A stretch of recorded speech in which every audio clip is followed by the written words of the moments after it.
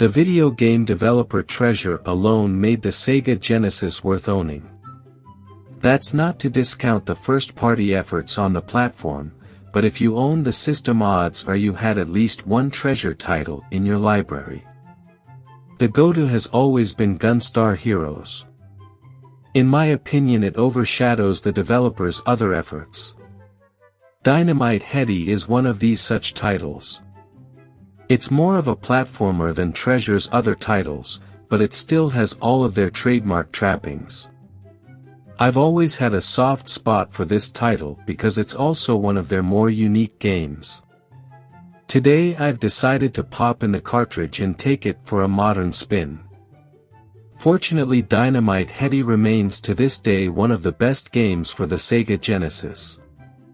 Let's dive right in. The scenario here is a very unique one. You play as a puppet named Headdy who can freely detach his head and use it as a short-range projectile attack. It's not so strange that we play as an intelligent puppet because the world here is composed of various stage sets all inhabited by other puppets. The game begins as the land falls under turmoil as an evil entity called the King Dark Demon begins transforming all of the inhabitants into his minions. It's up to Headdy to rise to the occasion and defeat him along with his army of henchmen. While the story is pretty standard fare, I must give props to Treasure for going with such an interesting motif. They really went all in on it. All of the backgrounds are composed of moving set pieces.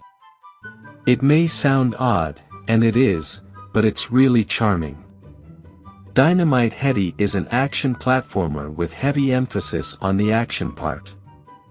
As the titular character, you move left and right, and even up/down through a variety of side view stages. Along the way you'll have more than your fair share of foes to deal with. They come at you in all directions, which means you'll have to stay on your toes.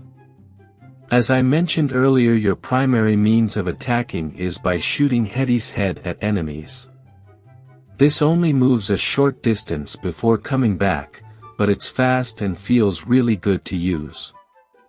In addition, I find it really neat that you can fire it off in all 8 directions, including diagonally. You'll need to do so, and frequently, because the game really likes to throw you into situations where it's absolutely necessary.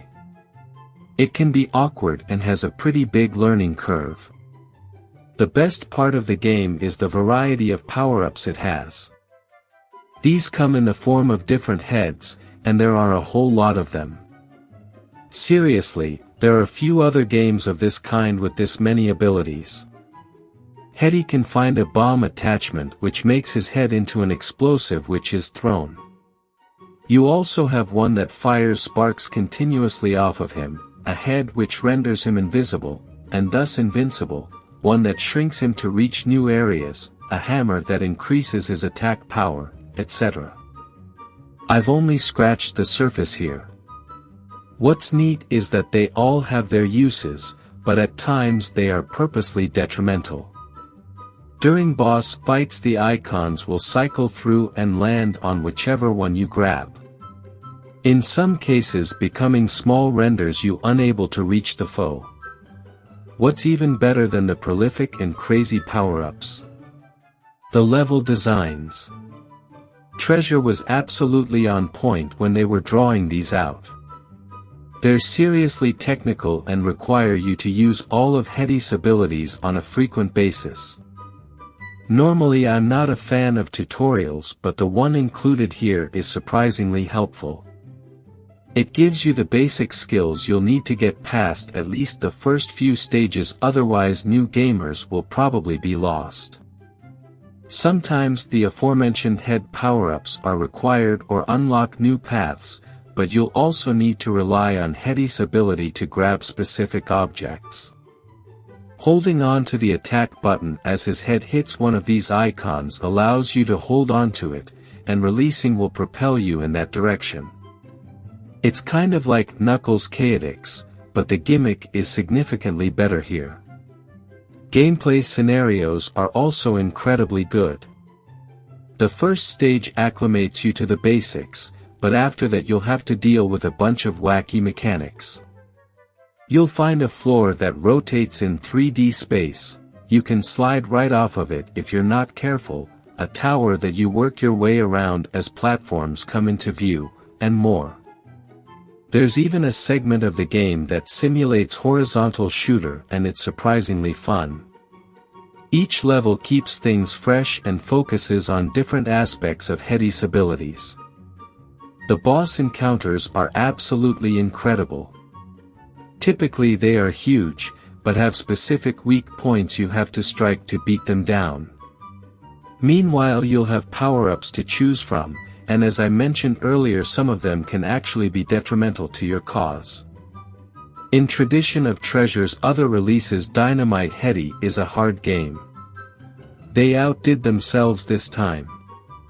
Headdy can take multiple hits before he dies. What's nice is that when you call down a cliff you're thrown back into the action and only take damage.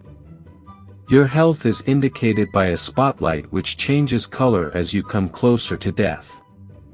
Different enemies cause more pain to Headdy, so it's hard to tell just how many hits he can take. Expect to be knocked around quite a bit because the enemies take up significant real estate on the screen. I frequently struggled in these encounters. The key to winning is to memorize patterns and find the small areas where you will be safe during each attack. There's a lot of trial and error here, and the fact that you have only 3 lives is a little frustrating. In my opinion, Dynamite Headdy is one of the best-looking Sega Genesis games. Many titles on the platform are held back by the limited color palette.